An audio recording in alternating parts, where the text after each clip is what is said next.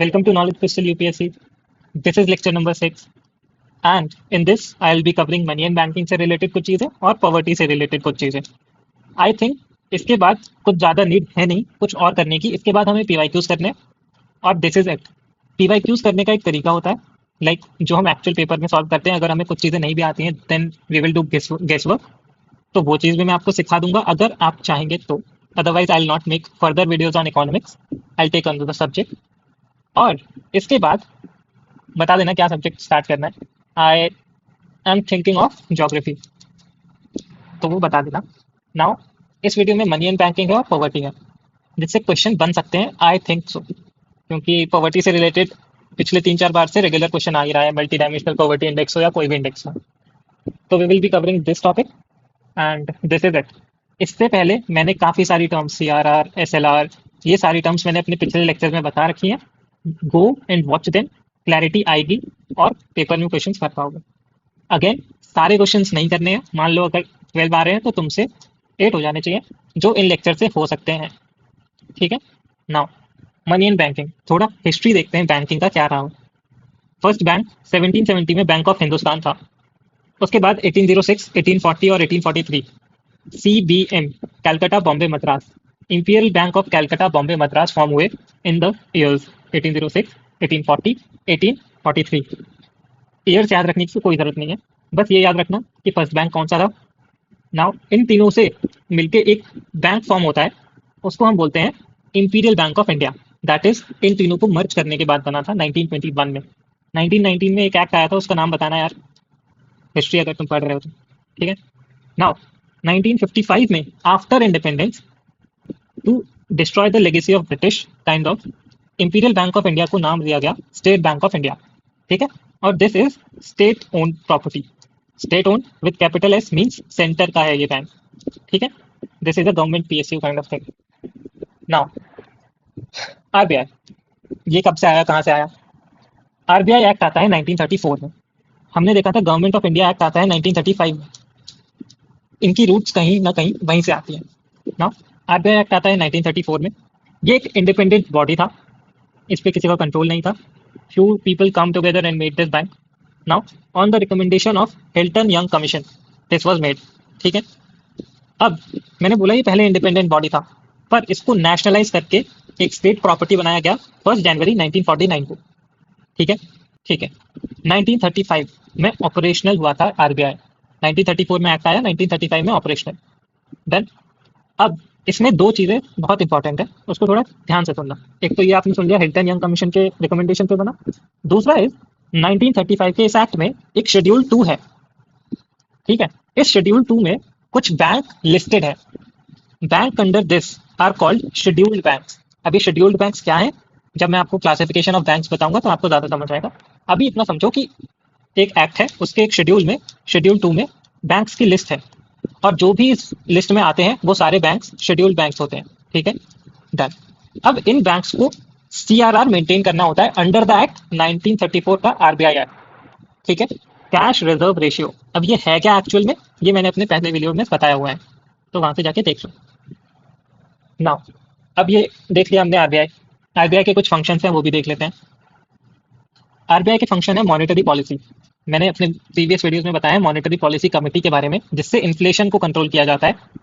ये वीडियो आपको देख लेना है, लेक्चर नंबर 4 है आई थिंक या 3rd है, तुम खुद जाके देखो. बहुत क्लैरिटी से मैंने वहाँ बताया हुआ है appreciation, depreciation, inflation, deflation. I have told everything. उससे बाहर नहीं जाएगा क्वेश्चन अगर उस टॉपिक पे आता है तो. मॉनेटरी पॉलिसी को रेगुलेट करना RBI का काम है. इशूअर ऑफ करेंसी, हमारे देश में जो भी करेंसी इशू होती है पब्लिक को, वो RBI करता है. फॉरेन एक्सचेंज, हमारे देश का जो भी फॉरेन एक्सचेंज है, again here topic comes balance of payment. ये टॉपिक भी मैंने पिछले वीडियोस में बताया हुआ है. Make sure you watch that, ज़्यादा क्लैरिटी मिलेगी कि RBI क्या करता है उधर, क्या नहीं करता है. ना फॉरेन एक्सचेंज मैनेजमेंट एक्ट के तहत फॉरेन एक्सचेंज को हमारे देश में RBI ही संभालता है. Now coming to the next, banker to both government and banks. अब एक और चीज ध्यान रखेंगे यहाँ पे, जैसे कि आप लोग अपना पैसा बैंक्स में जमा करते हैं, वैसे ही जो बैंक्स हैं वो अपना पैसा, और जो गवर्नमेंट है वो अपना पैसा RBI के पास जमा करता है. इस लाइन का यही मतलब है, banker to both government and banks. ठीक है. Now coming to the main point, state government के लिए भी बैंक है कि नहीं है? सेंट्रल गवर्नमेंट के लिए तो है, इतना तो पक्का है। हाँ, तो इसका आंसर इज स्टेट के लिए भी है और सेंटर के लिए भी है। ठीक है, डन। मैंने लिखा नहीं है यहाँ पे, खुद तो याद रख लेना, अगर वीडियो देख रहे हो तो इतना समझ जाओगे। नाउ कुछ डेवलपमेंटल रूल भी है। उस डेवलपमेंटल रूल के अंदर कुछ स्कीम्स चलाता है RBI, like priority sector lending, local area bank. ये प्रायोरिटी सेक्टर लेंडिंग पीएसएल क्या है, आपको वीडियो में आके समझ आ जाएगा। ठीक है, इतनी चीजें क्लियर है आई होप। ठीक है, डेवलपमेंटल रूल हो गया, banker to both government and banks हो गया, फिर फॉरेन एक्सचेंज हो गया, issuer of currency, foreign policy, monetary policy. ठीक है, now regulator of all these, all India financial institutions. ठीक है, AIFI मैंने लिखा नहीं है, इट इज क्लियर क्योंकि वो जरूरी नहीं है। SIDBI, NHB National housing Bank, NABARD, EXIM, NBFC deposits. एक और चीज, आरबीआई का फंक्शन है इन सबको रेगुलेट करना, रेगुलेशंस करना इन सब बैंक्स के लिए। SIDBI is Small Industry Development Bank of India, National housing Bank, NABARD is National Agriculture something, export import bank, और NBFC is non banking financial company deposit which takes deposit. अब एक चीज ध्यान रखेंगे, दीज आर फाइनेंशियल इंस्टीट्यूशंस जिसके लिए RBI regulations करता है। इतनी चीज अभी के लिए याद रखो, बाकी आगे कुछ चीजें हैं वो मैं बता दूंगा। आरबीआई कुछ रिपोर्ट्स भी निकालता है, रिपोर्ट्स पे बहुत क्वेश्चन आ रहे हैं आजकल, तो मुझे लगता है ये इंपॉर्टेंट है। एनुअल फाइनेंशियल स्टेबिलिटी का एक रिपोर्ट है और फाइनेंशियल इंक्लूजन इंडेक्स है। ये दो रिपोर्ट इंपॉर्टेंट है, बाकी और भी है, report on trend and payment, consumer expenditure सर्वे, देख सकते हो। और एक और छोटा शॉर्टकट में अगर कैसे याद करता, any report which is wholesome, like which covers various aspects like annual financial stability. ये कोई नबार्ड नहीं निकाल सकता, ये कोई एसबीआई नहीं निकाल सकता, क्योंकि annual financial stability you can only take the data from a organisation which is a head of organisation. अगर चार ऑप्शंस आते हैं, लाइक कुछ और ऑप्शंस में आ गया, एग्जाम आ गया, एनुअल फाइनेंशियल स्टेबिलिटी देख के हमने एक्सपोर्ट इंपोर्ट का सोच के हमने सोचा कि शायद फाइनेंशियल स्टेबिलिटी दिया हुआ है, in that case you can remember कि आरबीआई ही मेजर मेजर मेजर रिपोर्ट्स हैं वो आरबीआई ही निकालता है, क्योंकि छोटी मोटी रिपोर्ट्स तो यूपीएससी वैसे भी नहीं पूछेगा। तो यू कैन रिलाई कि अगर कोई अच्छी खासी रिपोर्ट आती है तो you can mark RBI if you take a blind guess. ठीक है, तो तुम जा सकते हो, बाकी इनको याद कर लेना। ये दो इंपॉर्टेंट है, ये आप याद करना चाहें कर सकते हैं। जैसे कि कंज्यूमर एक्सपेंडिचर सर्वे है, तो अगर एसबीआई के पास अगर देखा जाए, अगर इसे एसबीआई निकालेगा तो एसबीआई के पास शायद अपने ही बैंक का डेटा होगा, उतना ही निकाल पाएगा, but RBI has the data of all these, SBI और एक्सिस बैंक और सबसे डेटा होगा और वो निकाल सकते हैं। ठीक है, नाउ एक चीज हमने छोड़ दी थी, 1949 का बैंकिंग रेगुलेशन है। नाउ हमें पता है कि बैंक्स को सीआरआर और एसएलआर, ये दो टर्म्स आपको पता होंगे अगर आपने मेरा पिछला वाला लेक्चर देखना है तो। बैंक्स को सीआरआर और एसएलआर मेंटेन करना होता है। हमने एक चीज तो देख ली कि सीआरआर उसको आरबीआई एक्ट के अंदर मेंटेन करना होता है, बट ये जो एसएलआर है इसमें उसको बैंकिंग रेगुलेशन एक्ट के तहत they have to maintain it. ठीक है, ये वाला बैंकिंग रेगुलेशन एक्ट के तहत है। एसएलआर जो बैंक्स रखते हैं वो बैंकिंग रेगुलेशन एक्ट से है, और जो सीआरआर रखते हैं वो आरबीआई एक्ट से रखते हैं। ठीक है, फाइन। अब जो मान लो किसी को नया बैंक खोलना है, उसको लाइसेंस की जरूरत पड़ेगी, वो लाइसेंस बैंकिंग रेगुलेशन एक्ट से दिया जाता है, ना कि आरबीआई एक्ट से। ठीक है, याद रखेंगे दो चीज, मैंने बस दो चीजें लिखी है क्योंकि मुझे लगता है कि ये दो चीजें इंपॉर्टेंट है, बाकी और भी बहुत कुछ है एक्ट में, हमें सब कुछ पढ़ने की जरूरत नहीं है। और माई मोटिव इज कि आपको शायद थोड़ी बहुत चीज़ों में आपको ज़्यादा मार्क्स मिल पाए, तो दैट इज़ माई मोटिव। मैं आपको यही नहीं चाहता कि आप 600 पन्ने के नोट्स पढ़े बैठ के या 600 पन्ने की बुक पढ़े बैठ के। तो इन दैट सेंस अगर मैं कुछ चीज़ें लिख रहा हूँ तो वो रियली इंपॉर्टेंट है। ठीक है, बैंक्स, बैंक्स का क्लासिफिकेशन इज कमर्शियल और cooperative. Commercial are which are for the commercial purpose, like जिनको प्रॉफिट बनाना है, जिनका main motive is to make profit. ठीक है, those are commercial. Cooperatives are जिनको डेवलपमेंट, ह्यूमन डेवलपमेंट, इन सब पे ध्यान रखते हुए लाइक जीडीपी और जीएनपी को ग्रो करना है, those are cooperative banks. These does not work for profits, these works for peoples development. ठीक है, जस्ट आइडिया। ठीक है, अब हमें कमर्शियल के पब्लिक, प्राइवेट, फॉरेन और रीजनल रूरल बैंक्स RRBs। ठीक है, इसमें दो टाइप्स हैं, शेड्यूल्ड बैंक्स और नॉन शेड्यूल्ड बैंक। मैंने आपको बताया था शेड्यूल्ड बैंक्स ऊपर बताया जो आरबीआई एक्ट के सेकंड शेड्यूल में आते हैं, ठीक है, उन सबको बोलते हैं हम शेड्यूल्ड बैंक। जैसे कि एसबीआई हो गया, these are the banks which comes under scheduled banks. अब मेरा एक और ये मतलब नहीं है कहने का कि वहाँ पे गवर्नमेंट बैंक्स आएंगे जैसे कि एसबीआई और ये सब, वहाँ पे प्राइवेट बैंक्स भी होते हैं जैसे कि एक्सिस बैंक एंड ऑल, ठीक है। Now the main thing comes, second schedule हमने पढ़ लिया, it can be public bank और अ प्राइवेट बैंक। ऐसा कुछ भी जरूरी नहीं है कि वो पब्लिक ही होगा अगर वो आरबीआई एक्ट में है तो, ठीक है, वो कोई भी बैंक हो सकता है, पब्लिक हो या प्राइवेट हो। कुछ कुछ रिक्वायरमेंट्स हैं, रिक्वायरमेंट्स में आपको जाने की जरूरत नहीं है कि कुछ पर्टिकुलर काम करने से वो शेड्यूल्ड बैंक होता है, वो मैंने लिख दिया है बट उस पर ज़्यादा ध्यान देने की जरूरत नहीं है। Requirements are minimum 5 lakhs of capital और गुड कंडक्ट। ये गुड कंडक्ट क्या है कि आपका जो पॉलिसी है, फ्रेमवर्क और जो पॉलिसी है कस्टमर्स से डील करने का, वो अच्छा है, दैट इज गुड कंडक्ट। आप समय से लाइक किसी को पैसे की जरूरत है तो आप अपने बैंक से निकाल के देते हैं, ऐसा तो नहीं है कि आप अपना पैसे को गरम कर गए। तो these are few things what are the requirements, and I don't think so कि ये बहुत बड़ी रिक्वायरमेंट्स हैं। कोई भी इन दिस लाइक अगर उसके पास ये दो चीज़ें हैं तो वो अपना शेड्यूल बैंक ओपन कर सकता है।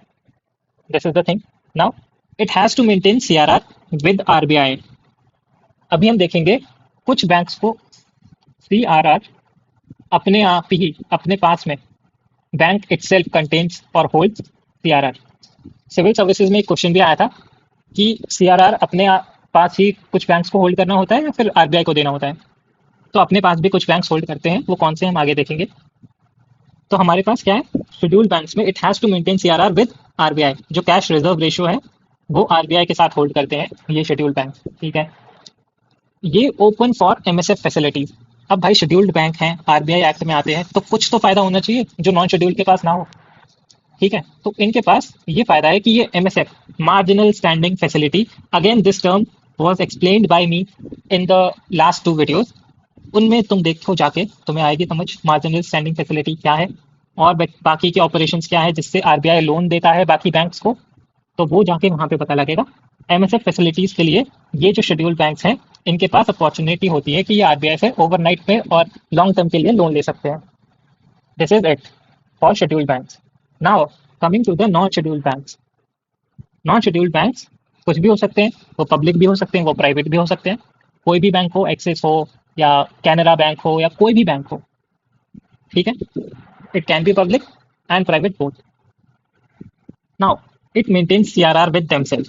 मैंने अभी देखा था कि जो शेड्यूल्ड बैंक्स हैं उनको आरबीआई के साथ रखना था, बट ये जो बैंक्स हैं they maintain CRR with themself. उनके बैंक में ही वो सीआरआर होल्ड करते हैं। मान लो अगर कल आरबीआई ने जाके चेकिंग कर दी और उनके पास सीआरआर नहीं हुआ जितना होना चाहिए था, कैश रिजर्व रेशियो, ये क्या है वो वीडियो में पता लगेगा, और ये नहीं हुआ तो उनके ऊपर पेनल्टीज लगेंगी, ठीक है। वो आगे जो भी प्रोसीडिंग्स होंगी that is a different case, but this is the major major difference. और non schedule banks are not liable to take marginal standing facility के under loan. This is also a drawback. Fine, इतनी चीजें खत्म। अब देखो भाई private banks register होते हैं as a company under companies act. जो प्राइवेट बैंक है वो एक प्राइवेट एंटिटी है, वो गवर्नमेंट एंटिटी तो है नहीं, तो वो गवर्नमेंट पीएसयू नहीं है, और इसका मतलब वो एक एज अ कंपनी ओपन होते हैं और वो कंपनीज एक्ट के अंदर खुलते हैं, ठीक है। Not like the other banks, like NABARD का एक एक्ट है, नबार्ड इज अ बैंक तो वो एक्ट से बना हुआ है, एसबीआई का भी एक एक्ट है उसके लिए भी एक्ट बना हुआ है, बट दीज आर कंपनीज, ठीक है। प्राइवेट बैंक्स आर कंपनीज जो एक कंपनीज एक्ट के अंदर खुलते हैं और जिनका regulation is under ministry of corporate affairs. ऐसा नहीं है कि आरबीआई इनको रेगुलेट नहीं कर सकता, I am just telling you कि ये किसके अंडर खुलते हैं, what is the opening process, ठीक है, जिसके लिए मिनिमम 500 करोड़ का कैपिटल चाहिए ही चाहिए एक प्राइवेट बैंक ओपन करने के लिए, ठीक है। फाइन। नाउ फॉरेन बैंक्स, ये तो है ही नहीं हमारे, ये तो बाहर के देश में ही रजिस्टर्ड हुए होंगे, रजिस्टर्ड अंडर देयर कंट्री। मान लो कोई सिटी बैंक है, ये यूएस का बैंक है और ये यूएस में ही रजिस्टर्ड है, ठीक है। वही मैंने लिखा हुआ है कि रजिस्टर्ड अंडर देयर कंट्री, ठीक है, उनके कंट्रीज में जो भी एक्ट होते होंगे वहाँ पे रजिस्टर्ड है, ठीक है। और ऐसा भी नहीं है कि अगर ये फॉरेन बैंक्स हैं तो इनको एसएलआर और सीआरआर नहीं मेंटेन करना होता, इनको मेंटेन करना होता है either with themselves if they are not scheduled banks, और अगर शेड्यूल्ड बैंक्स हैं तो उनको आरबीआई के साथ करना पड़ेगा सीआरआर एसएलआर मेंटेन। ठीक है, फाइन। मैंने यहाँ लिखा हुआ है कि FDI allowed, foreign direct investment. अब ये क्या चीज़ है, प्रीवियस वीडियो है, मैं बार बार नहीं बोलूंगा। पब्लिक 20%, जो पब्लिक बैंक हैं लाइक एसबीआई, इसमें गवर्नमेंट चाहेगी कि हमारी ज़्यादातर होल्डिंग रहे। ठीक है, तो इसमें ज़्यादा फॉरेन डायरेक्ट इन्वेस्टमेंट अलाउड नहीं है। ठीक है, नहीं है अलाउड। जितना है दैट इज़ 20% अलाउड है। मान लो जो हमारी लाइक बाहर के देश का कोई एलॉन मस्क मान लेते हैं, एलॉन मस्क को अगर एसबीआई में इन्वेस्ट करना है तो मैक्सिमम वो 20% कर सकता है, 20% of whole evaluation of the SBI. ठीक है, पब्लिक समझ आ गया होगा। प्राइवेट में अगर हम ऑटोमेटिक रूट से जाएं तो दैट इज 49%। या ऑटोमेटिक क्या है, मान लो एलॉन मस्क भैया को एक्सिस बैंक में इन्वेस्ट करना था। अब एक्सिस बैंक में विदाउट गवर्नमेंट अप्रूवल वो 49% तक इन्वेस्टमेंट कर सकते हैं। ठीक है, 49% ऑफ होल्डिंग ले सकते हैं इस बैंक। बट अगर उनको उससे ज़्यादा चाहिए तो उनको गवर्नमेंट से अप्रूवल लेना पड़ेगा, और तब भी वो कितना ले सकते हैं, 74%। थोड़े नंबर्स हैं इस पूरी वीडियोस में, तो थोड़ा शायद याद रखने की कोशिश करना। बाकी एग्जैक्ट नंबर याद रखने की जरूरत नहीं है। ये 50 याद कर लो, ये 75 कर लो, 50 75 इजीली याद रह जाएगा। फॉरेन बैंक्स क्या भाई, ये तो है ही नहीं अपने, समझ जाओ। बाकी ये तो है ही पूरे देश के बाहर के, देश में हमारी कोई भी फॉरेन होल्डिंग नहीं है, तो है ही फॉरेन 100%। ये तो है ही इलॉन मस्क भैया के, जस्ट एन एग्जाम्पल। ठीक है, now coming to the regional rural bank, किसके अंडर फॉर्म हुआ, आरआरबी एक्ट 1976 में ये फॉर्म होता है। अब इस एक्ट में ये चीज लिखा हुआ है, मान लो इस बैंक को खोलने के लिए 100 रुपए चाहिए, तो 50 रुपए सेंटर देगा, 15 रुपए स्टेट देगा, और 35 रुपीज स्पॉन्सर बैंक देगा, तब जाके ये बैंक ओपन होगा। अब ये स्पॉन्सर बैंक और सेंटर स्टेट का क्या फंडा है ये देखते हैं। देखो ये एक डेबिट कार्ड है, किसका, आरआरबी का, बड़ौदा यूपी बैंक।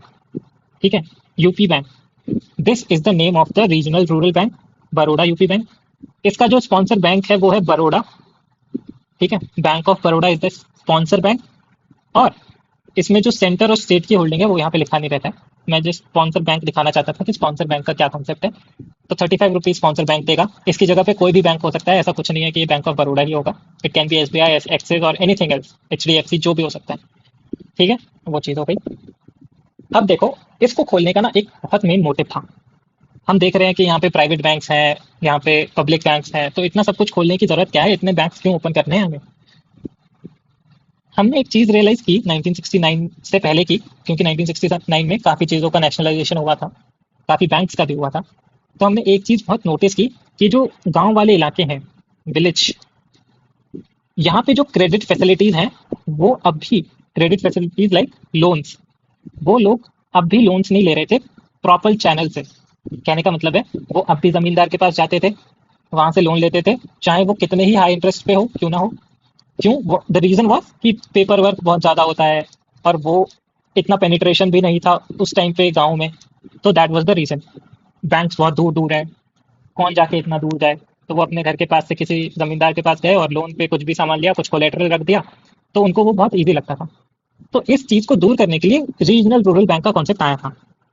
अब अब ये बैंक्स तो हैं, तो एसएलआर और सीआरआर ये तो गांठ बांध के रख लो कि ये याद रखना ही रखना है कि एसएलआर और सीआरआर हमेशा मेंटेन करेंगे ही करेंगे, सबको करना है।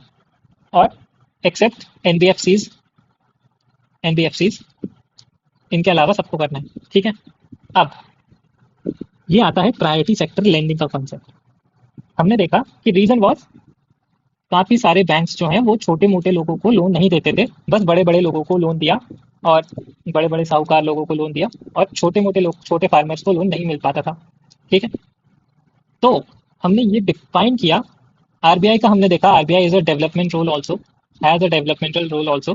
तो उसके अंडर ये एक स्कीम आती है प्रायोरिटी सेक्टर लेंडिंग, जिसके अंडर प्रायोरिटी सेक्टर में लाइक एग्रीकल्चर के लिए किसी को लोन चाहिए, किसी को मैरिज के लिए चाहिए, तो ये जो प्रायोरिटी सेक्टर है ना, जो छोटे मोटे लोग हैं, छोटे मोटे फार्मर्स हैं, उन सबको लोन पहुंचे। उसकी एक लिमिट सेट की गई, मान लो ये 100% किसी को लोन देते हैं, तो उसमें से 75% ऐसे लोगों को जाना चाहिए जो एक्चुअल में बहुत डाउन ट्रॉडन पीपल है। ठीक है, उन सब लोगों को लोन जाना चाहिए, rather than the big big farmers और बिग बिग कंपनीज, क्योंकि उनको लोन देने के लिए तो बड़े बड़े बैंक्स भी हैं। ठीक है, अगर ये लोग भी इनको ही लोन देंगे, ये वाले बैंक्स आरआरबीज, तो फिर पॉइंट ही क्या रह गया नया बैंक ओपन करने का। तो दिस इज द कॉन्सेप्ट कि इनके बैंक से 75% of the loan goes to priority sector, और वो प्रायोरिटी सेक्टर की एक लिस्ट है, एग्रीकल्चर वगैरह वगैरह। मैं जब फाइनल नोट्स अपने चैनल पे डालूंगा, नॉलेज क्रिस्टल यूपीएससी टेलीग्राम पे, तो वहां पे मैं वो लिस्ट यहाँ पे लगा दूंगा छोटी सी। ठीक है, फाइन। अब इनको रेगुलेट करती है आरबीआई, इनको सुपरवाइज करता है नबार्ड। अब देखो, ये जो रीजनल रूरल बैंक्स हैं, गांव में लोग लोन तो लेते हैं, पर उतना पैसा जमा नहीं करते हैं बैंक्स में। ठीक है, तो इन बैंक्स को कोई फंडिंग भी देता होगा, और वो फंडिंग देता है नबार्ड। दैट इज, अब ये बना किसमें था? ये बना था, आगे बताऊं, नीचे लिखा हुआ है नाउ। कुछ है नॉन बैंकिंग फाइनेंशियल इंस्टीट्यूशंस, इसमें नबार्ड भी आएगा। These are all India financial institutions, AIFI। इसके अंदर क्या क्या आता है? NABARD, national bank for agriculture and rural development, SIDBI, national housing bank, export bank, export import bank of India. ये 4 बैंक हैं हमारी। अब ये करती क्या क्या है, छोटा छोटा मोटा देखते हैं। नबार्ड को थोड़ा डीप में देख लेंगे। NABARD was formed in 1981। 1982 में इसका एक्चुअल ऑपरेशन स्टार्ट हुए थे, बट नबार्ड एक्ट से 1981 में नबार्ड बैंक को फॉर्म किया गया। मेन रीजन वॉज कि एग्रीकल्चर सेक्टर में ज़्यादा से ज़्यादा हम लाइक लोन्स दे पाएँ, ठीक है, क्रेडिट दे पाएँ। On recommendation of B Sivaraman committee, this was formed on B Sivaraman committee के रिकमेंडेशंस पे। हमने ये देखा कि 1976 में आरआरबीज फॉर्म हुए, और 1981 में जाके नबार्ड फॉर्म हुआ। द रीजन वॉज कि आरआरबीज के थ्रू हम ज़्यादा से ज़्यादा लोन दे पाएँ, तो हमने नबार्ड फॉर्म किया। आरआरबीज में रिसोर्स क्रंच हो रहा था, उनके पास पैसा ही नहीं था लोन्स देने के लिए, क्योंकि जो लोग लोन लेते थे वो वापस नहीं करते थे। एंड एक बहुत गंदा लूप बन चुका था कि गवर्नमेंट्स आके लोन्स माफ कर देती थी, तो इनको पैसा मिला नहीं, तो ये कहाँ से वापस री लोन करेंगे? तो to remove this discrepancy, these were formed NABARD. ये एक एपिक्स इंस्टीट्यूशन है जो फाइनेंस करती है एग्रीकल्चरल एंड रूरल सेक्टर को, जो short term and long term दोनों क्रेडिट प्रोवाइड करती हैं थ्रू आरआरबीज। पहली बात, इनमें से चारों में से कोई भी बैंक डायरेक्टली कस्टमर को लोन नहीं देती है। ये अपने छोटे मोटे इसमें तो नबार्ड में आरआरबीज के थ्रू। अब एसबीआई में भी एक प्रायोरिटी सेक्टर लेंडिंग कोटा होता है, हर बैंक में एक प्रायोरिटी सेक्टर लेंडिंग कोटा होता है। ठीक है, उसके हिसाब से उन सबको लोन्स देने होते हैं, और अगर वो लोन नहीं दे पाते हैं तो वो पैसा वो नबार्ड को देते हैं, नबार्ड फिर डिस्ट्रीब्यूट करता है आरआरबीज को, और ऐसे वो सर्कल चलती है कि वो प्रायोरिटी सेक्टर लेंडिंग वाला कोटा पूरा होगा ही होगा। This is it. ठीक है, अब शॉर्ट टर्म लोन्स और लॉन्ग टर्म लोन्स दोनों देता है, किसको? आरआरबीज को, जो आरआरबीज लोगों को लोन देती है। Fine. Same with small industries development Bank of India. इसके अंदर बहुत कुछ बना हुआ है। इसके कुछ एग्जाम्पल्स आर 3KCC, ये है किसान क्रेडिट कार्ड, इसके बारे में बहुत सुना होगा। प्रधानमंत्री आवास योजना, जिस आवास योजना तुम सोच रहे होगे कि आवास योजना और ये कहाँ से आ गया नबार्ड के अंदर, एग्रीकल्चर तो नहीं है। एक और चीज़ यहाँ लिखी हुई है, रूरल डेवलपमेंट, और रूरल डेवलपमेंट में आवास आता है भाइयों। और इसके अंदर डोंट बी सरप्राइज अगर इसके अंदर तुम्हें कल को देखने को मिल जाए लाइक वो है ना स्वच्छ भारत, इसके अंदर अगर वो देखने को भी मिले तो डोंट बी सरप्राइज, नबार्ड है, इट कैन बी है। नाउ सब सिडबी, सिडबी के अंदर ये स्मॉल एमएसएमईज को लोन देते हैं। पहली बात और आखिरी बात फिर से मैं बोलूंगा कि ये किसी भी डायरेक्ट किसी भी इंसान को लोन नहीं देते हैं। These give loans to companies या फिर बैंक्स। ये जो भी फाइनेंस करते हैं ये ऑल आर रीफाइनेंसिंग इंस्टीट्यूशंस, इनके द्वारा इनसे कंपनीज में या फिर बैंक्स में लोन जाता है, जो बैंक्स फर्दर डिस्ट्रीब्यूट करते हैं फॉर देयर पर्टिकुलर एजेंडाज। जैसे कि सिडबी है तो ये इंडस्ट्री डेवलपमेंट के लिए है। मान लो इसने एसबीआई को रीफाइनेंस किया, तो ये चाहेंगे कि ये जो पैसा है किसी इंडस्ट्रियल यूनिट को जाए। ठीक है, वही मैं कहना चाहता हूँ। नेशनल हाउसिंग बैंक सेम, ये बैंक्स को पैसा देते हैं, बैंक्स हमको देते हैं। मान लो LIC HFL है, होम लोन फाइनेंस, तो LIC HFL को इन्होंने पैसा दिया, LIC HFL ने तुमको पैसा दिया अपना घर बनाओ। ठीक है, मेन मोटिव क्लियर हो गया। और ये गवर्नमेंट ओन करती है पूरा, इसको भी ऑलमोस्ट गवर्नमेंट ओन करती है। ठीक है, export import bank of India एक इंस्टीट्यूशन है टू प्रमोट फॉरेन ट्रेड। बस इतनी सी बात याद रखो। अब कुछ चीज़ें और, नॉन बैंकिंग फाइनेंशियल कंपनीज, हमने अभी तक इंस्टीट्यूशंस देखी थी, अब ये कंपनीज है। तो ये कंपनीज है तो ये कंपनीज एक्ट के अंदर फॉर्म होती हैं। अब ये NBFCD लिखा हुआ है, मतलब non banking financial companies deposits, जो ऑथराइज है डिपॉजिट लेने के लिए। ठीक है, LIC है वो डिपॉजिट्स लेती है। इफ़ यू थिंक वो डिपॉजिट्स लेती है। मतलब जो भी लोग, जो भी कंपनी, जो भी बैंक आपसे पैसा लेती है, उसको आरबीआई रेगुलेट करता है। इतनी सी बात याद रखें। जो भी कंपनी आपसे पैसा डिपॉजिट लेती है और उसको सेफ रखती है, अपने पास रखती है, आपको जब नीड होती है तब वो निकाल के देती है, तो वो कंपनी को, वो बैंक को आरबीआई रेगुलेट करेगा। ठीक है। अब नीचे है नॉन बैंकिंग फाइनेंशियल कंपनीज, जो डिपॉजिट नहीं लेती है, not taking deposits, do not take, do not accept public deposit, but raise करती है debt from the market. Debt मतलब लोन। जो हमसे तो पैसा नहीं लेती है, बट मार्केट से, मार्केट क्या है यहाँ पे, अब प्राइमरी मार्केट, सेकेंडरी मार्केट, ये बताया हुआ है मैंने अपने वीडियोज में, वहां से पैसा लेती है। इसको आरबीआई कोई रेगुलेशन नहीं करती, ये अपना अलग है। कोर इन्वेस्टमेंट कंपनीज पढ़ लेना, ज़्यादा इंपॉर्टेंट नहीं है। अब एक और चीज़, जैसे कि मैंने पहले भी बताया, एनबीएफसी है, कंपनीज एक्ट के अंदर फॉर्म होगी और बनेगी। Company registered under the companies act 1956, those are NBFCs. अब एक और चीज़, एनबीएफसीज में भी एक एक्सेप्शन है, वो मैंने आपको बता दिया, जिसको आरबीआई रेगुलेट करता है। ठीक है। The principal activity is of providing financial services. NBFCs are not required to maintain reserve ratio. इसको छोड़ के किसी भी और कंपनी को reserve ratio, that is CRR और एफएलआर, मेंटेन करने की जरूरत नहीं है। ठीक है। और इसको क्यों है? क्योंकि ये आपसे डिपॉजिट्स लेते हैं। एनबीएफसी डिपॉजिट्स, ठीक है, can not accept demand deposits, do not form part of the payment and settlement system, can not issue cheque draws on themselves. एक और चीज, कोई भी कंपनी जो डिपॉजिट्स नहीं लेती है, वो चेक भी इशू नहीं कर सकती है। ठीक है। ये चीज याद रखनी है। Very important point, very very important point, इससे क्वेश्चन बन सकता है। ठीक है। RBI does not regulate all NBFCs, SEBI, IRDI etc are also involved depending on the type of NBFC. ठीक है। These are the few NBFCs which RBI regulates, otherwise it does not. अगर general statement आता है कि NBFCs are regulated by RBI, तो आप उसे mark करेंगे राइट। अब उसका एक रीजन है कि उसने स्पेसिफाई तो नहीं किया कि कौन सी एनबीएफसी। एनबीएफसी के अंदर एनबीएफसी डिपॉजिट्स भी आता है, उसने स्पेसिफाई नहीं किया, तो इस क्वेश्चन को चैलेंज किया जा सकता है। मोस्ट प्रोबेबली यूपीएससी ऐसा क्वेश्चन पूछेगा नहीं, अगर पूछता है तो मार्केट करेक्ट, और अगर उसे आप गलत भी मार्क करते हो तो वो गलत नहीं होगा, क्योंकि इन द एंड यूपीएससी को उसे ड्रॉप ही करना पड़ेगा, क्योंकि उसने स्पेसिफाई नहीं किया।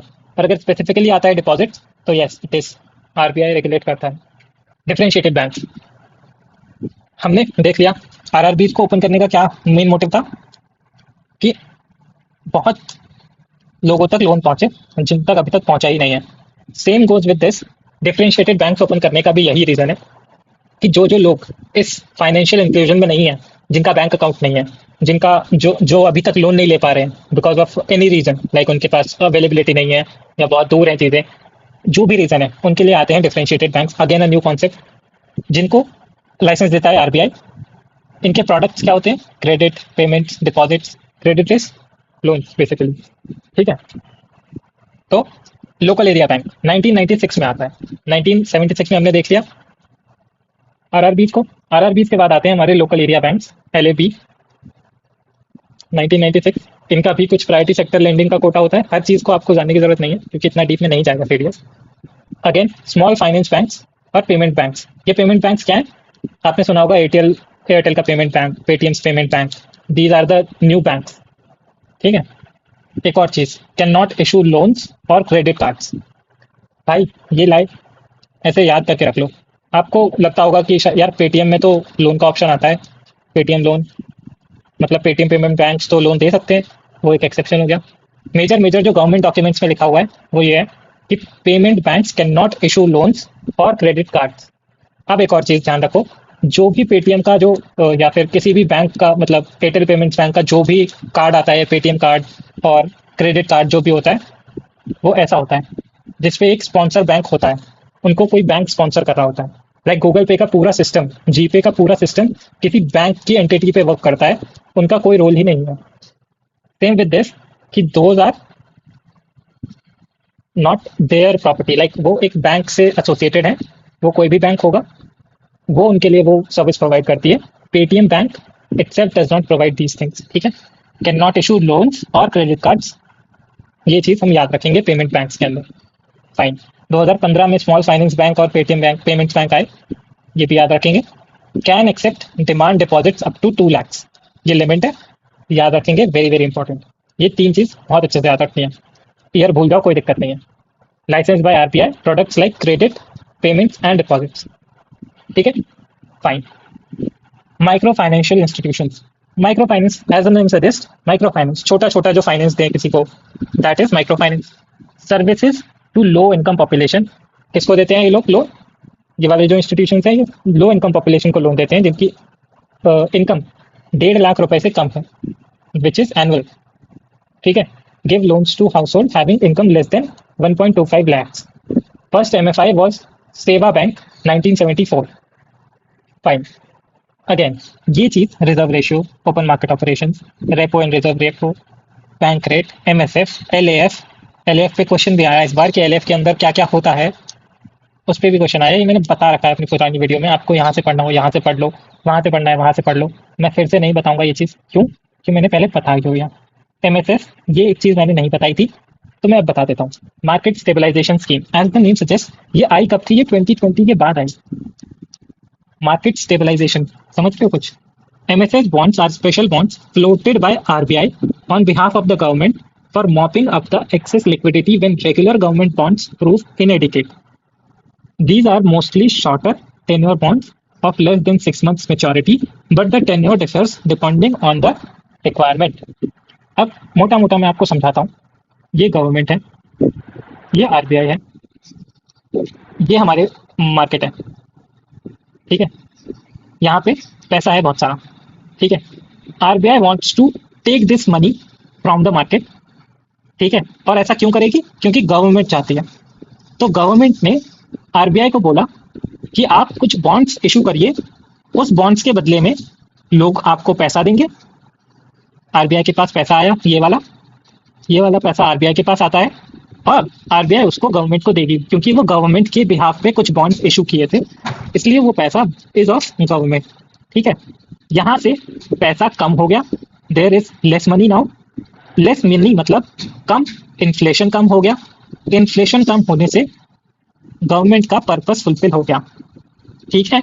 अब जब ये बॉन्ड्स की मेच्योरिटी होगी, इसमें एक लाइन लिखी हुई है, लेस देन 6 months, या तो 6 महीने का है या फिर उससे कम का है या फिर उससे ज्यादा का भी है। जब भी वो मेच्योर होगा तो वो पैसा गवर्नमेंट मार्केट को देगी और उस बॉन्ड में जो भी लिखा होगा, मान लो उस पर 1% का इंटरेस्ट लिखा हुआ है, तो गवर्नमेंट ने 100 रुपये लिया था जब मार्केट से, तो अब उसको 1% 6 महीने में देना पड़ेगा, दैट इज 101 रुपये उसको मार्केट में डालना पड़ेगा।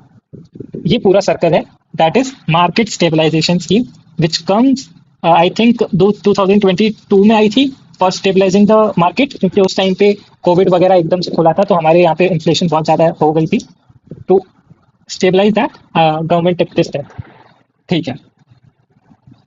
ऑल दीज इनका रिलेशन कहीं ना कहीं इन्फ्लेशन कंट्रोल करने से होता है, इनका major purpose is inflation control करना, ठीक है। अब हमने ये चीज़ें पढ़ी हुई हैं तो मैं फिर से नहीं पढ़ा रहा हूँ। CRR SLR आपको ये देख लेना है, 4.5 है, ये 18% है, मोटा मोटा याद रखना है भाई, उससे ज़्यादा बिल्कुल डीप में याद नहीं रखना है। मैंने लास्ट वीडियो में बताया है जितना याद रखना है, ये मैंने बस एज अ रेफरेंस डाला है, मैंने पढ़ाया है, ठीक है। क्वालिटेटिव टूल्स, ये थे सारे के सारे क्वांटिटेटिव टूल्स। क्वांटिटेटिव मतलब कुछ नंबर्स का गेम चल रहा था कि ये वाला रेशियो कम करेंगे तो इन्फ्लेशन कम होगा और ये वाला रेशियो ज़्यादा करेंगे तो इन्फ्लेशन ज़्यादा होगा, तो ये हमारी चीज़ें थी, ठीक है। अब क्वालिटेटिव टूल्स, आरबीआई करता है ये जितने भी क्वांटिटेटिव और क्वालिटेटिव टूल्स हैं, इन सब का यूज़ करके इन्फ्लेशन कम करता है, ज़्यादा करता है, that is RBI work. But मान लो कुछ CRR बढ़ाने से इन्फ्लेशन कम नहीं हुआ, तो क्यों नहीं हुआ? क्योंकि आरबीआई ने तो CRR बढ़ा दिया, पर जो हमारे बैंक्स थे उन्होंने लोन्स का जो रेट था वो कम नहीं किया, उन्होंने उतना ही रहने दिया, तो इन्फ्लेशन ना तो कम होने वाला है। तो रीजन इज क्योंकि बैंक्स ने नहीं किया, आरबीआई ने किया, it doesn't matter, but banks ने नहीं किया। और ऐसा कई बार होता है, अगर आप न्यूज़ अगर पढ़ते हैं तो लाइक आरबीआई अपनी साइड से CRR और SLR को कम बढ़ती करता रहता है, बट बैंक डजंट डू, और जिससे उसका इफेक्ट नहीं दिखता है मार्केट पे। तो आरबीआई कुछ qualitative tools like qualitative tools का यूज करके बैंक्स को पनिश करता है। Marginal requirement, loan to value, Difference between the market value of the asset and its maximum loan value. This is not a actual thing. Major thing is moral suasion. Request by the RBI to commercial banks to take certain measure as per the trend of the economy. इस line का मतलब ही यही है कि जब RBI ने चीजों को कम किया है, आरबीआई ने रेट्स को कम किया है, तो बैंक्स भी रेट्स को कम करें. द मेजर रीजन इज, ठीक है. Direct action, these are the two main terms. Action taken by the RBI against bank that don't fulfil conditions and requirements. Direct action लेता है, उनको नोटिस भेजते हैं, फलाना फलाना जो भी चीजें हैं, ठीक है. Rationing, these are the few terms which are not related actually to the qualitative tools, but पढ़ लेनी है एक बार. Control over the credit granted allocated by the commercial banks. Rationing का मतलब ये होता है, जस्ट डेफिनेशन, स्मॉल डेफिनेशन आएगी तो डायरेक्ट आएगी. आई थिंक ये एसएससी में आई है पहले, ठीक है. Consumer credit control, issuing rules regarding down payments and maximum maturities of instalments credit for purchase of goods. Consumer credit control, issue करना rules regarding down payments. Down payments are किस्तें, interest payments, जो आप loan लेते हैं उसकी जो किस्तें भरते हैं. इशू करना rules for down payment and maximum maturities of instalment credit for purchase of goods, ठीक है. The difference between the market value of the assets and its maximum loan value is margin requirement, loan to value. पढ़ लेना है, ज़्यादा कुछ important नहीं है इस स्लाइड में. नाउ कुछ थोड़ी सी इंपॉर्टेंट चीज़ें, फिर लेक्चर को एंड करते हैं. पॉवर्टी से रिलेटेड कुछ है वो पढ़ते हैं और खत्म करते हैं. पॉवर्टी का मतलब क्या है यार? एक्चुअल पॉवर्टी के तीन मतलब हो सकते हैं, एब्सोल्यूट, रिलेटिव और सब्जेक्टिव. एब्सोल्यूट पॉवर्टी इज आपकी बेसिक ह्यूमन नीड्स का डेप्रिवेशन. आप अपनी बेसिक ह्यूमन नीड्स को पूरा नहीं कर पा रहे हैं, तो that is absolute poverty. Deprivation of basic human needs. आप खाने के लिए रोटी नहीं है, पहनने के लिए कपड़ा नहीं है, that is basic human needs, ठीक. Relative, income lower than median income, जो एक एवरेज इनकम है पॉपुलेशन की, उससे अगर आपकी जो इनकम है वो कम है, तो that is relative poverty. Fine, I agree.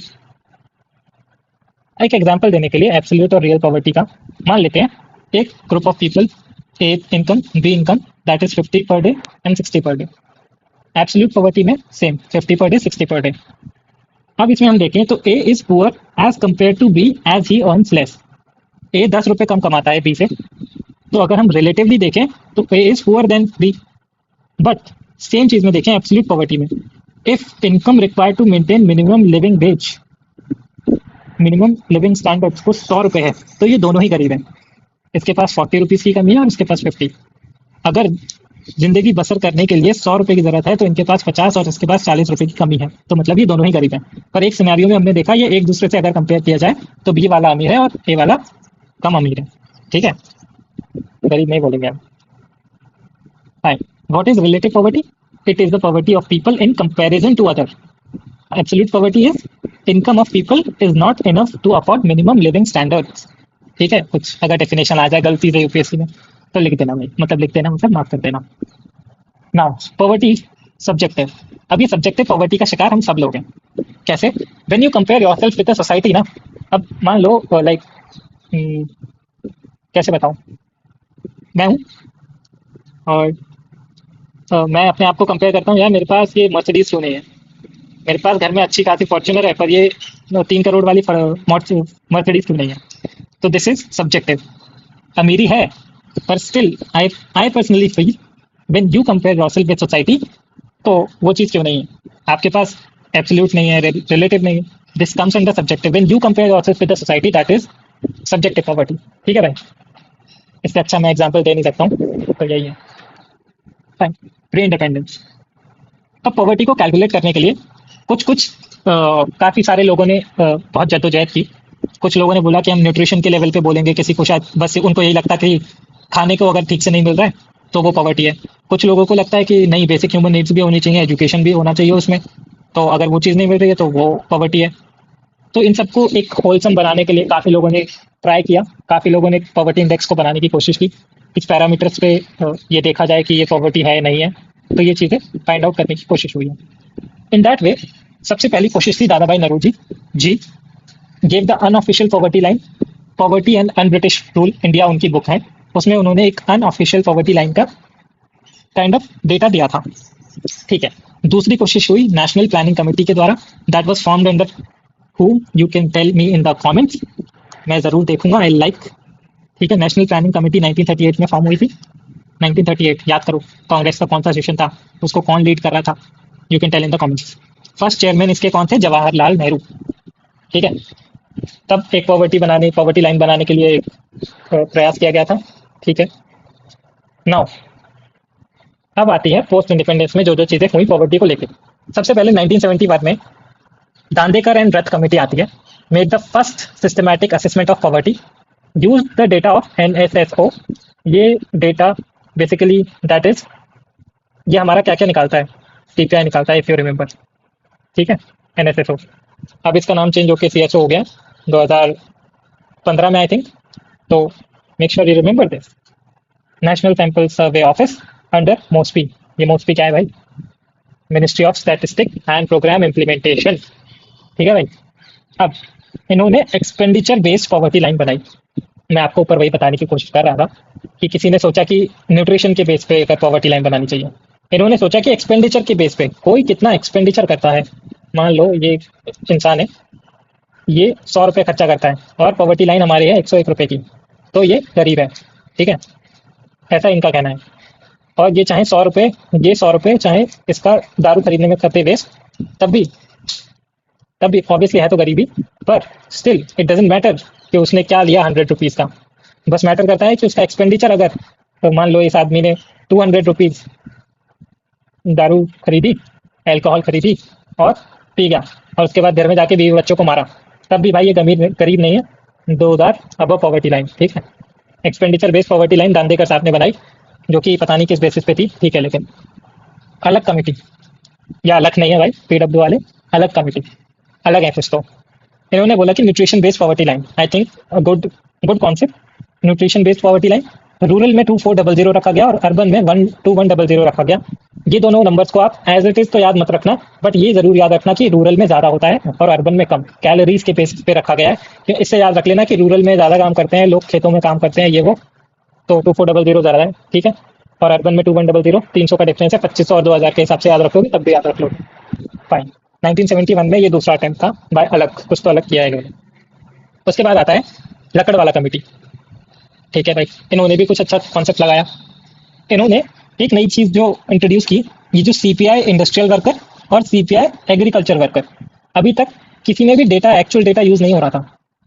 यहाँ पे पर्टिकुलर डेटा आ चुका है, CPI IW, industrial worker, agriculture worker. ये आपको दोनों तरफ समझ आ जाती है अगर आपने मेरा पुराना वीडियो देखा हुआ है सीपीआई के ऊपर। ठीक है, कोई बात नहीं।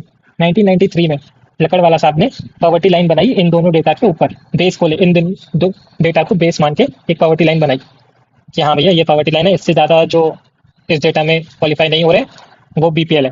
ठीक है, इन्होंने स्टेट वाइज पॉवर्टी लाइन बनाई। ये पूरे आप देखेंगे इसमें ऐसा कहीं भी कॉन्सेप्ट नहीं था, बट लकड़वाला साहब like introduce this concept state wise poverty line का। ठीक है, तेंदुलकर कमेटी, इससे यूपीएससी को बहुत प्यार है, पूछता रहता है एक दो साल में क्वेश्चन, तो पढ़ लेंगे अच्छे से।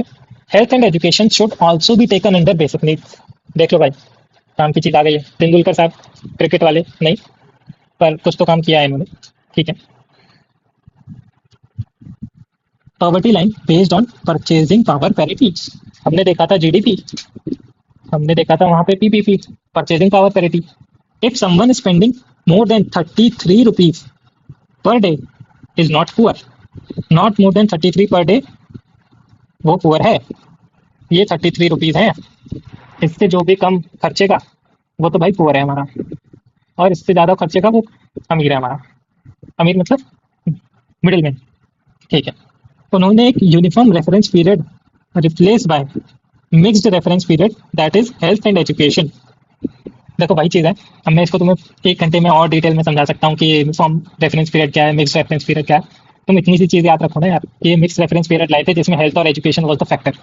ठीक है, एक और चीज़, इन्होंने किसी पर्टिकुलर बेस पे नहीं दी अपनी लाइन, पॉवर्टी लाइन। इन्होंने एजुकेशन, हेल्थ, इन्होंने काफ़ी चीज़ें उसमें इंक्लूड की, तब जाके एक पॉवर्टी लाइन बनाई that is much more better than other ones. ठीक है, ये चीज़ हम याद रखेंगे। यूपीएससी में इस बार क्वेश्चन ये था कि इन्होंने जो पॉवर्टी लाइन दी वो बस न्यूट्रिशन लेवल पे थी, न्यूट्रिशन का बेस मान के थी, जो कि नहीं है, हमने देख लिया हेल्थ, एजुकेशन और बाकी सब चीज़ें। ठीक है, poverty line 2011-12, rural urban 816 per month, 1000 per month. Urban में अगर कोई 1000 रुपये पर मंथ से ज़्यादा खर्च करता है that is not under poverty line. और सेम विद रूरल, 816 पर महीने से कम अगर वो खर्च करता है तो वो पॉवर्टी लाइन में है। Percentage of the people below poverty line was 21.9% under 2011-12 जब सेंसस आया था उसका डेटा है, जिसमें से rural was 25.7, urban was 13.7। Number याद मत रखना, कोई जरूरी नहीं है, बस पढ़ लेना, इस पर तुम्हें थोड़ा बहुत भी याद रह गया, ये 25 है, ये 15 के आसपास है, ठीक है फाइन। पॉवर्टी रेशियो ये बार बार आ चुका है, इसलिए मैं इसको थोड़ा और डिटेल में कर रहा हूँ, वरना मुझे कोई मजा नहीं आ रहा था इसको और डिटेल में करने का, क्योंकि इससे क्वेश्चन आ चुका है 2-3 बार, तो और अगर इससे कुछ फर्दर क्वेश्चन बनता है तो और डिटेल में ही बनेगा, जो कि तुम देख सकते हो। पॉवर्टी रेशियो 29.5%, रूरल अर्बन देख लिया, ठीक है छोड़ दो यहीं पे। नाउ हेड काउंट रेशियो, ये चीज क्या है इसको थोड़ा ध्यान से सीखो। Proportion of population BPL below poverty line, जो हमारी पॉपुलेशन है जो बिलो पॉवर्टी लाइन है, वो निकालने को हम कहते हैं head count ratio, that is number of multidimensional poor people upon total population, that is our head count ratio. ठीक है, इसका या तो डिफाइन आएगा, लाइक डेफिनेशन लिखी होगी और आपको बोल देगा कि ये हेड काउंट रेशियो होता है कि नहीं, यहाँ पे कुछ भी डाल देगा और गलत बनाने की स्टेटमेंट को कोशिश करेगा, पर मैंने बता दिया है कि यहाँ पे number of multi dimensionally poor people upon total population होता है, जिससे हम निकालते हैं head count ratio. Fine, last में आती है 2014 में 2014 में Rangarajan committee created categories with in nutritional requirement. इन्होंने न्यूट्रिशनल रिक्वायरमेंट्स के अंदर भी कैटेगरीज बना ली, कैलोरीज कितनी ले रहा है, प्रोटीन कितना ले रहा है, फैट कितना ले रहा है, अरे भाई ठीक है, ये सब निकाल दिया। और also talked about the modified mixed reference period, यहाँ पे तो सिर्फ मिक्स रेफरेंस पीरियड था, पर यहाँ पे तो और मॉडिफाई करने के लिए, लाइक इन्होंने और मॉडिफाई कर दिया ना, कैलोरीज प्रोटीन फैट, काफी सारी चीजों की बातें कर दी। तो ठीक है, एक चीज याद रखना कि तेंदुलकर कमेटी के बाद जो भी कमेटी आई है, उन्होंने बहुत डिटेल में चीजों को दिया है, उन्होंने सिर्फ किसी पर्टिकुलर बेसिस पे न्यूट्रिशन या हेल्थ या एजुकेशन पर्टिकुलर किसी चीज को लेके नहीं, सारी चीजों को मद्देनजर रखते हुए तब उन्होंने एक रेफरेंस और पॉवर्टी लाइन बनाई है। ठीक है, इससे भी क्वेश्चन आ रखा है और मैंने तो 2-3 बार देख लिया है और मेरे को लगता है आगे भी आएगा। Global multi dimensional poverty index, national multi dimensional poverty index. National multi dimensional poverty index is made by NITI Aayog, but global MPI कौन बनाता है, यूएनडीपी और OPHDI, United Nation Development Programme, Oxford Poverty and Human Development Initiative. बहुत अच्छे से याद कर लो, रट्टा मार लो, कुछ भी करना है वो कर लो। ठीक है फाइन। फर्स्ट जब ये लॉन्च हुआ था वो 2010 में हुआ था, ये 170 कंट्रीज को असेस करता है। ठीक है, अब इसमें है 10 इंडिकेटर्स ग्लोबल वाले में, और हमारी भारत की नीड को फुलफिल करने के लिए हमारे देश के नीति आयोग ने इसमें रखे हैं 12 इंडिकेटर्स। 10 तो कॉमन है, ठीक है, जिसमें से nutrition, child mortality, years of schooling, school attendance, cooking fuel, sanitation, water, electricity, floor और एसेट्स, ये सब तो दोनों में कॉमन है, पर जो अलग है वो है मैटरनल हेल्थ और बैंक अकाउंट। ठीक है, इन दोनों को एक्स्ट्रा में याद कर लेना जो डिफरेंट है, क्योंकि यूपीएससी क्वेश्चन डिफरेंस पे ही पूछेगा यार, ये डायरेक्ट चीजें पूछ लिया उन्होंने। अब और क्या क्वेश्चन बन सकता है कि हेल्थ में कितना कितना रेशियो है जो डिवाइडेड है। ठीक है, हेल्थ में न्यूट्रिशन को 1/6 है, बाकी दो को अब तुम याद कर सकते हो कि 1/12 1/12 भी होगा, क्योंकि ये टोटल 1/3 है, 1/3 है, 1/3 है। ठीक है, health, education, standards of living, इन तीनों को 1/3 1/3 है। अब इसमें 1 2 3 4 5 6 7 है, तो 1/21 1 ऑल दीज आर 1/21। ठीक है, जस्ट फॉर रेफरेंस देख लेना इन सबको। अब कुछ चीज़ें बहुत इंपॉर्टेंट है, लिटरली इसके अंदर से भी बहुत अच्छा क्वेश्चन बन सकता है, और आई एम नॉट सेइंग कि यहीं से क्वेश्चन बनेगा, but most of the chances है कि यहीं से बनेगा।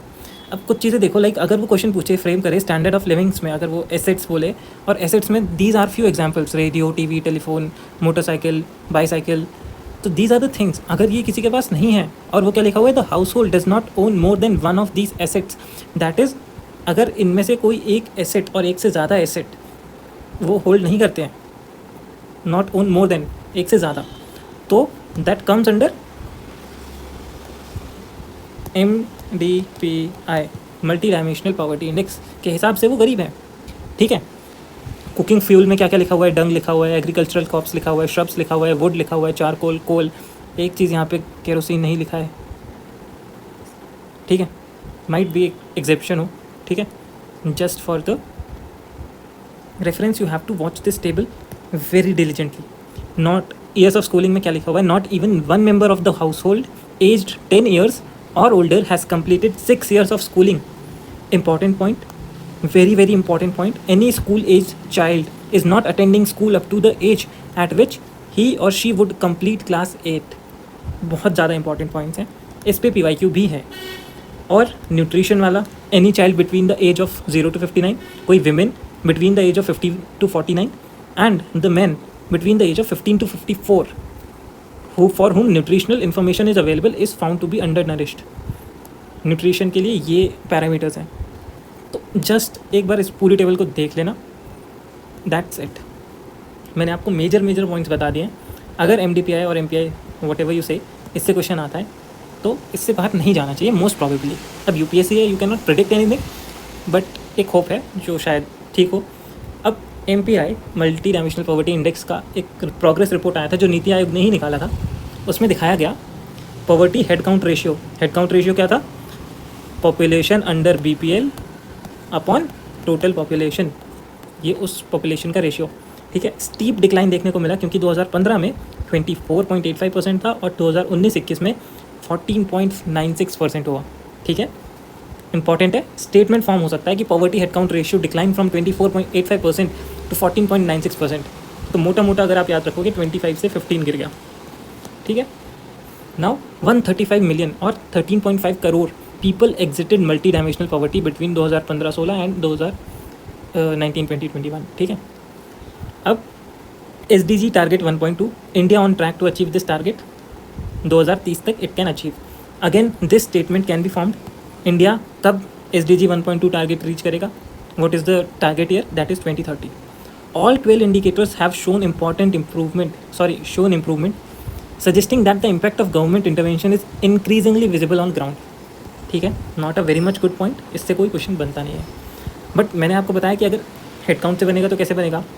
Same with reduction in the incidence of poverty in urban areas, अगर ये बनेगा तो ऐसे बनेगा. और एक और चीज़, इसको बहुत अच्छे से याद करने के लिए तुम्हें याद करने की भी ज़रूरत नहीं पड़ेगी.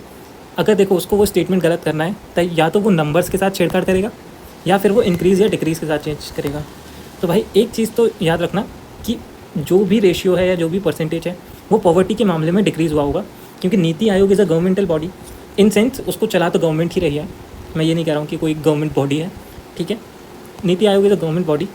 वो कभी भी अगेंस्ट द गवर्नमेंट नहीं दिखाएगा कि ये वाली चीज़ पॉवर्टी इंक्रीज़ हो गई है कहीं पे भी, रूरल में, अर्बन में, कहीं पे भी. तो एक जनरल ओवरव्यू लेके चलते हैं तो 8% से 5% तक पॉवर्टी के इंसिडेंस कम हुए हैं अर्बन एरियाज़ में.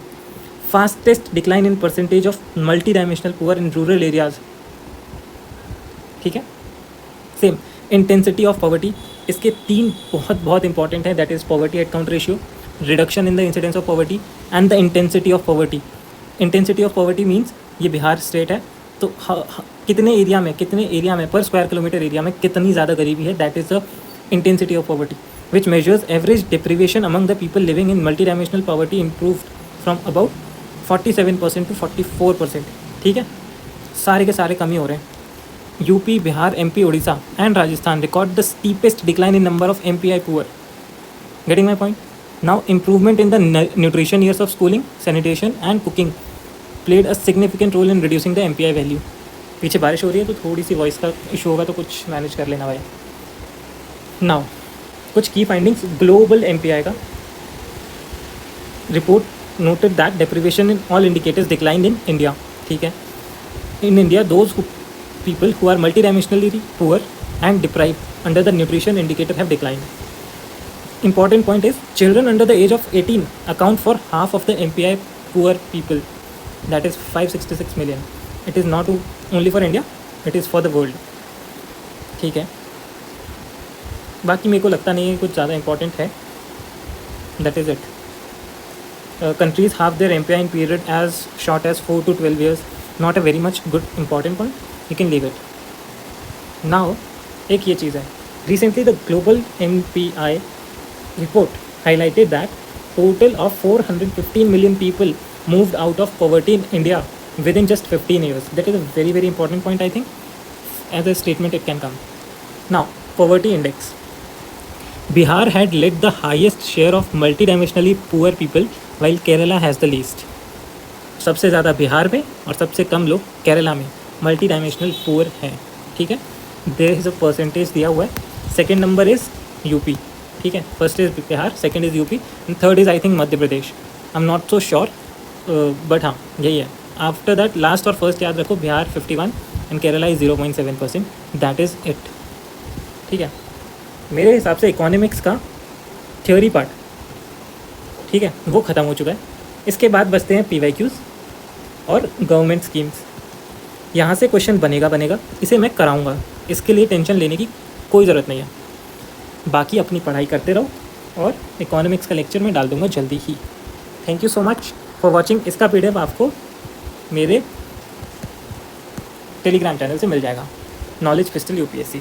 इसका लिंक कमेंट में पिन हो जाएगा और डिस्क्रिप्शन में भी है, तो you can join it from there. Thank you so much. Jai Hind.